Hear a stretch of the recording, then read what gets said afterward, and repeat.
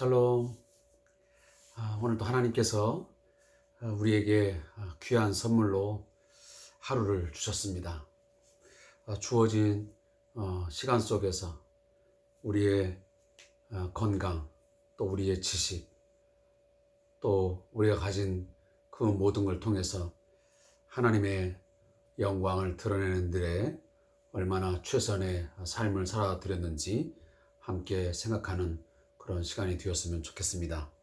오늘도 말씀을 묵상하면서 하나님을 알아가고 또 하나님의 뜻을, 또 하나님의 계획하심을 우리가 올바로 깨달아서 순종, 믿음의 순종의 그런 삶을 살아갈 수 있기를 다시 한번 부탁의 말씀을 드리도록 하겠습니다.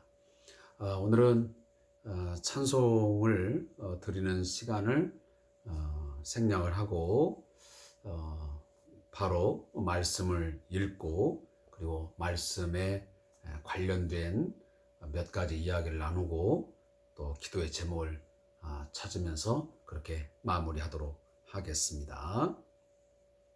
오늘 2021년 2월 15일 월요일 저녁 큐티 나눌 말씀은 마가복음 10장 17절부터 22절입니다. 마가복음 10장 17절부터 22절입니다. 신약성경 71페이지에 기록되어 있습니다. 우리 함께 말씀을 같이 합독하겠습니다. 예수께서 길에 나아가실새 한 사람이 달려와서 꿇어 앉아 묻자오되 선한 선생님이여 내가 무엇을 하여야 영생을 얻으리이까? 예수께서 이르시되 내가 어찌하여 나를 선하다 일컫느냐? 하나님 한 분 외에는 선한 이가 없느니라. 내가 계명을 안 하니 살인하지 말라, 간음하지 말라, 도둑질하지 말라, 거짓 증언하지 말라, 속여 빼앗지 말라, 내 부모를 공경하라 하였느니라. 그가 여짜오되 선생님이여 이것은 내가 어려서부터 다 지켰나이다. 예수께서 그를 보시고 사랑하사 이르시되 내게 아직도 한 가지 부족한 것이 있으니 가서 내게 있는 것을 다 팔아 가난한 자들에게 주라. 그리하면 하늘에서 보화가 내게 있으리라. 그리고 와서 나를 따르라 하시니 그 사람은 재물이 많은 고로 이 말씀으로 인하여 슬픈 기색을 띠고 근심하며 가니라. 아멘. 오늘 함께 읽은 이 본문의 말씀의 제목은 나를 따르라. 다시 말하면 예수를 따르라 라고 하는 제목의 메시지입니다. 이 본문에 대한 요약은 이렇게 기록되어 있습니다. 한 사람이 예수님께 다가와 영생을 얻는 길에 대한 질문을 하자 예수님은 계명을 준수하라는 말과 함께 모든 재물을 팔고 자신을 따르라고 하신다. 재물을 포기할 수 없던 부자 청년은 예수님을 따르지 못하고 되돌아간다. 자, 우리들이 이 말씀을 읽으면서 많은 생각을 하게 됩니다. 그 하나가 뭐냐면 영생을 얻는 길이 그러면 계명을 지키게 되면 얻는 것인가? 살인하지 말라, 간음하지 말라, 도둑질하지 말라, 거짓 증언하지 말라, 속여 빼앗지 말라, 내 부모를 공경하라. 그러면 영생 얻는 것은, 구원을 얻는 것은 행위 구원인가? 어떤 내가 행함을 통해서 얻는 것인가? 라는 생각을 가질 수 있는 그런 본문이라고 생각이 듭니다. 그러나 그 의도를 우리가 잘 아셔야 됩니다. 사실은 어찌 보면 맞습니다. 하나님의 계명을 완벽하게 100% 순종할 수 있다면 영생 얻습니다. 영생을 누릴 수 있습니다. 우리가 아담과 하와의 그 에덴 동산에서의 삶을 한번 생각해 보십시오. 그들이 하나님의 계명을 완벽하게 지켜 순종했더라면 그들은 영생을 누리면서 풍요로운 행복한 낙원의 삶을 누릴 수 있었습니다. 그렇지만 인간의 연약함에 이 사단이가 유혹해 들어오므로 결국은 하나님의 계명을 지키지 못하여, 다시 말하면 하나님의 법에 불순종하여 결국 타락하게 되었고, 이것이 결국은 죄가 되어 그 죄의 결과로 인간에게는 영생을 누리지 못하게 되는 그런 비참한 결과를 얻게 된 것입니다. 따라서 인간이 계명을 완벽하게 100% 지켜서 영생을 얻는다는 자체가 불가능합니다. 있을 수 없습니다. 그 어느 누구랄지라도 우리가 보통 생각하는 지구상에 그토록 존경을 받고 있고 추앙을 받고 있는 위대한 종교가라 할지라도 이 성경 66권에 나오는 모든 말씀을 100% 지킴으로, 그 계명을 지킴으로 영생을 얻을 수 있다라고 말할 수 있는 사람은 아무도 없다는 것입니다. 그래서 의인은 없나니 하나도, 전혀 없는 것입니다. 따라서 예수님이 그렇게 질문하셨습니다. 야, 무엇을 하여야 영생을 얻겠냐고 물어보는데, 그러면 그 계명에 보면 이것 있는데 네가 이거 다 지켰느냐? 라고 말하니까 이 지금 본문에 나오고 있는 부자가 그것을 다 지켰다고 말합니다. 십계명을 다 어릴 때부터 지켜왔다고 말합니다. 그러면 십계명만 지켜지면 완벽하게 말씀을 지킨 겁니까? 그건 아니지 않습니까? 자, 오늘 여기 지금 본문에 등장하고 있는 한 사람, 여기 마가복음은 한 사람이라고 나와 있지만 다른 복음서를 보면 마태복음, 누가복음, 여기 보면 분명하게 그 사람의 사회적인 지위, 그리고 그가 어떤 계층에 있어서 부자였는지 가난한 자인지 메시지를 주고 있습니다. 이 사람이 부자였다라고 하는 것은 10장 17절의 말씀을 보면서 우리들은 그 뒤에 쭉 이 말씀을 우리가 연상하고 있다 보면 이 사람은 재물이 많은 거로 하는 거 보니까 이 사람은 부자임에는 틀림이 없습니다. 평균적인, 우리도 보통 보면 중산층, 우리가 매년마다 우리나라의 그 어떤 최소한의, 그러니까 근로자들이 생계를 유지하기 위하여 이제 급여를 우리가 정하잖아요. 그게 바로 지금 우리가 보통 말하는 것이 그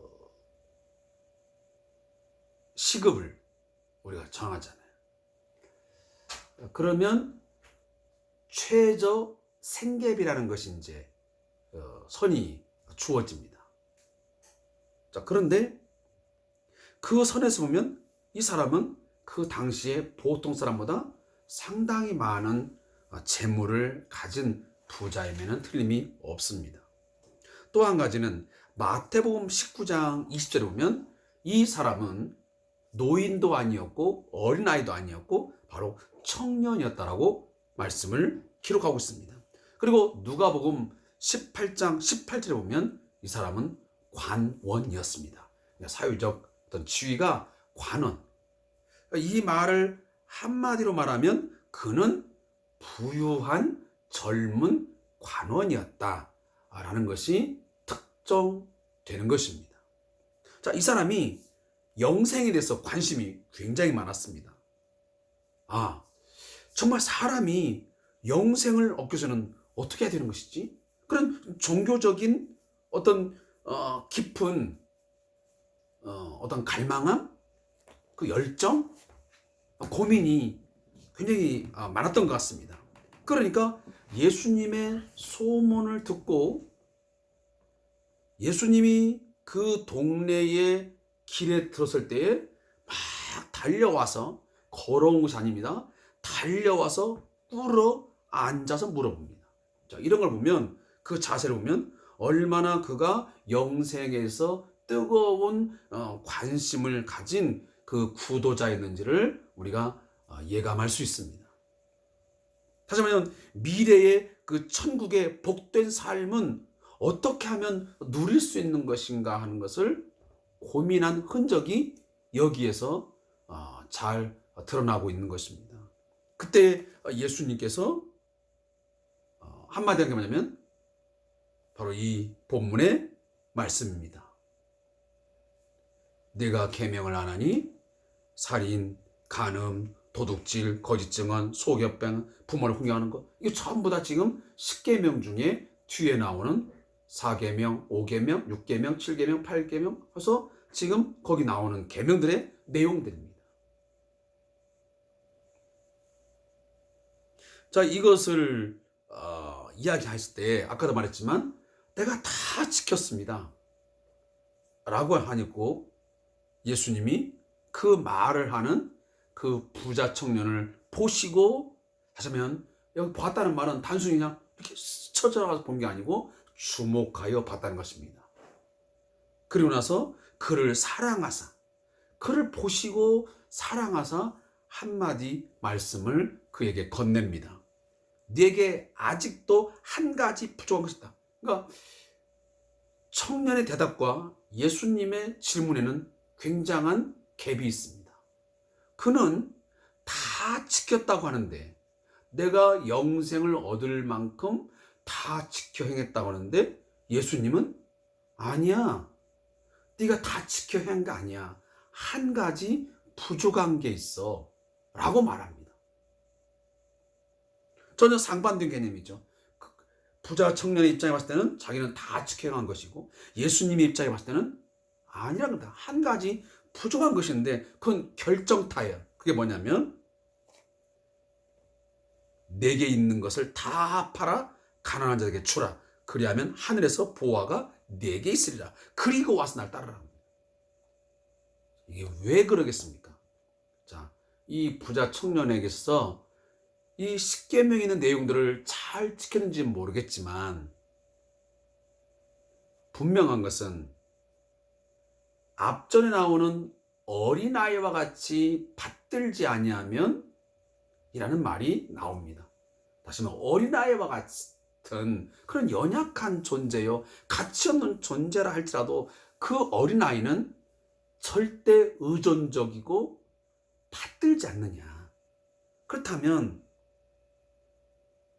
너는, 부자 청년 너는 네가 볼 때는 모든 걸 다 지켜 향한 것 같지만 결정적으로 너는 너무 많은 그 재물 때문에 이 하나님에 대한 절대적인 의존, 그 하나님을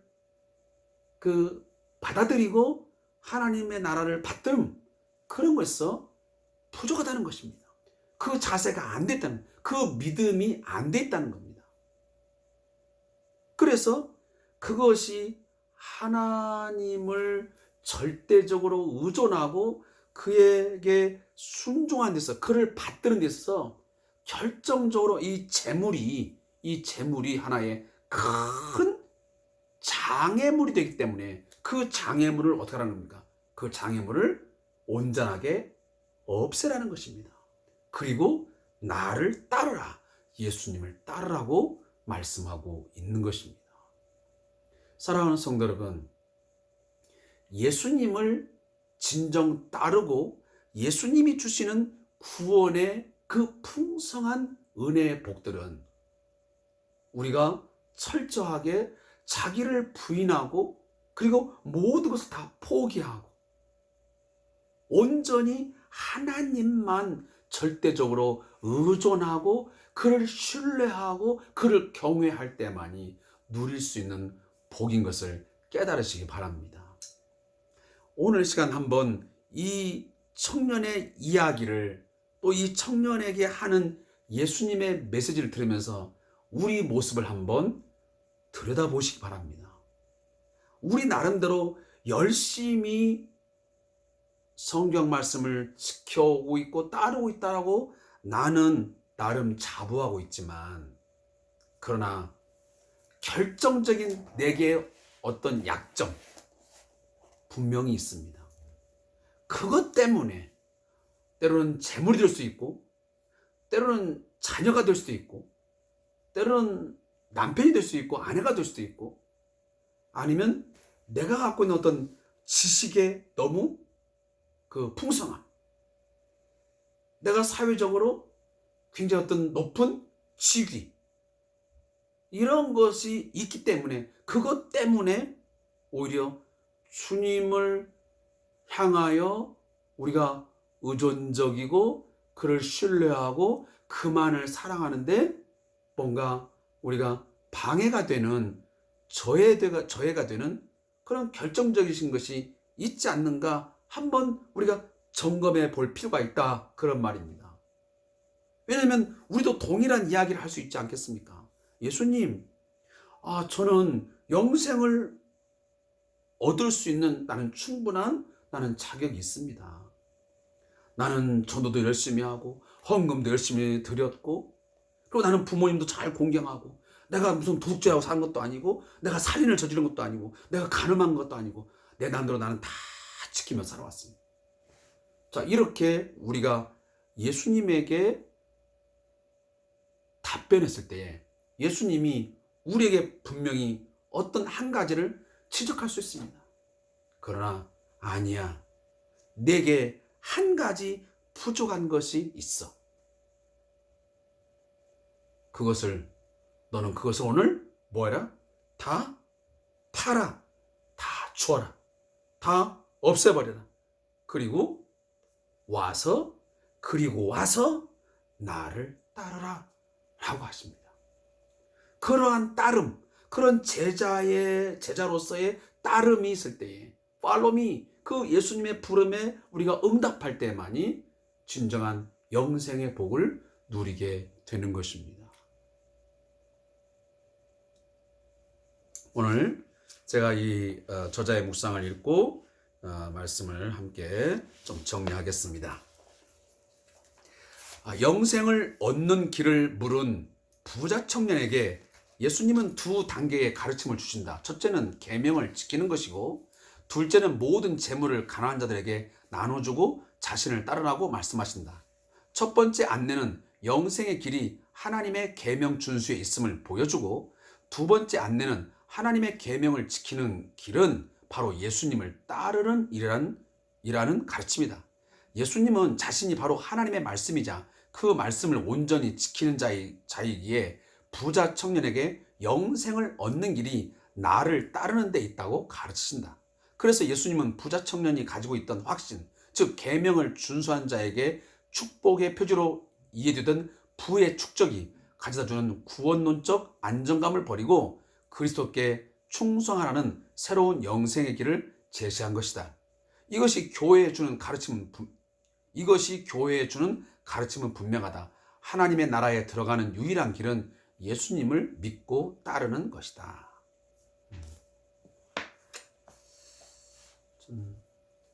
우리에게 절대적으로 하나님을 신뢰하고 의존하지 못하게 하는 어떤 결정적인 것들을 오늘 다시 한번 주어진 시간 동안 우리가 점검해보고 성찰해보고, 그러한 것들을 과감하게 우리가 자기를 부인하는 나의 모든 욕심과 욕망을 다 깨뜨려버리는 그런 시간을 갖고 앞으로 우리가 그분에게 전적으로 우리가 신뢰하고 그리고 사랑함으로 따르는, 믿음으로 순종하는 그런 삶의 길을 걸어갈 수 있기를 바라겠습니다.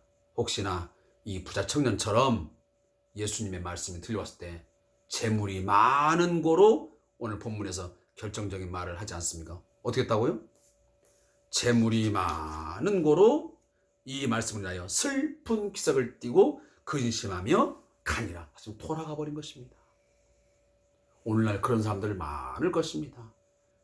예수님을 믿으면 뭐가 어떻게 되겠지라고 따라왔는데 교회에 와서 말씀을 듣다 보니 예수를 믿고 영생을 누리며 행복한 삶을 누리기 위해서는 이것도 버려 저것도 버려 자꾸 포기해라 내려놔라 자꾸 하니까 그것 때문에 근심하고 결국은 슬픈 기색을 띠고 이럴 바에는 그냥 다시 세상으로 돌아가는 게 낫겠다. 내가 살면 얼마나 산다고 이것 빼고 저것 빼고 이것 포기하고 저것 포기하고 내가 어떻게 예수만 바라보고 내가 살아가나. 어떻게 예수만 따르고 내가 살아가나. 그럴 수는 없어 하고 돌아가는 것입니다. 오늘 부자청년이 그런 거예요. 재물이 내가 지금 갖고 있는 재물 이것이 내 인생에 얼마나 소중한 것이고 귀한 것인데 이것을 버리고 내가 예수 지금 우리는 이렇게 보이지만 그 당시 예수님은 저 베들레헴에서 태어나서 이 나사렛에서 자라고 지금 갈릴리에서 귀신 내쫓고 뭐 이런 정도의 하는 그런 유명 인사에 불과한데 그를 따르라고? 그러면 뭐 하늘에서 보화가 내게 있으리라고? 내가 그 말을 어떻게 믿고 내가 따르나 하면서 돌아가 버린 것입니다. 오늘날도 그럴 수 있는 사람이 충분히 많습니다. 그럴 사람들이. 우리도 그러한 죄를 또 그러한 어리석음을 범하지 않기 위해서 정말 예수님이냐 재물이냐 예수님이냐 세상의 쾌락이냐 예수님을 따르는 것이냐 아니면 내가 지금까지 추구하고 붙잡고 내가 자랑해왔고 이것이 내 인생의 가장 결정적인 힘이다라고 믿어왔던 이것을 끝까지 내가 붙들고 갈 것이냐 라고 하는 그런 갈림길에서 선택을 분명히 하셔야 됩니다. 내가 과연 예수님을 의존하고 예수님을 신뢰하고 예수님을 끝까지 내가 그 고난의 길을 할자도 십자가의 길을 할자도 내가 예루살렘까지 마지막까지 부활의 현장까지 걸어갈 것인지 아니면 그냥 여기서 돌아서서 세상으로 돌아갈 것인지 라는 결정을 오늘 하는 이 저녁이 되었으면 좋겠습니다. 기도하겠습니다. 하나님 아버지, 오늘 또 하나님께서 우리에게 분명한 우리의 삶을 결정하라고 말씀하십니다. 어떠한 고난과 역경과 그 모든 것을 다 버린다 할지라도 잃어버린다 할지라도 예수를 조차 영생의 길을 걸어갈 것인지 아니면 지금 당장 내 눈앞에 보여지고 붙잡혀지고 느껴지는 그 세상의 것들을 붙들고 살 것인지를 오늘 주님은 우리에게 선택하라고 말씀하십니다. 하나님, 어리석은 자처럼 오늘 이 부자 청년처럼 예수님의 이 말 한마디에 슬픈 기색을 띠고 결국은 근심하여 세상으로 다시 돌아가 버린 그러한 것처럼 우리에게 그러한 모습이 있지 않게 하시고 지혜로운 자가 되어서 내가 또 아니면 세상이 그토록 원하고 바라는 것들 또 추구하는 것들 어떤 재물, 어떤 권력 그 기타 그 모든 것들을 붙들어 가는 것만이 세상을 행복하게 사는 것이라고 끝까지 내 인생을 풍요롭게 만드는 것이라고 하는 것에 유혹을 당할 것인지 이 시간 다시 한번 결정하는 이 밤이 되게 해 주옵소서. 꼭 예수님만 신뢰하고 예수님만 사랑하고 예수님만 따름으로 말미암아 영생 복락 누리는 저희가 되게 해 주옵소서. 예수님의 이름으로 기도합니다. 아멘. 오늘 함께 해주셔서 감사합니다.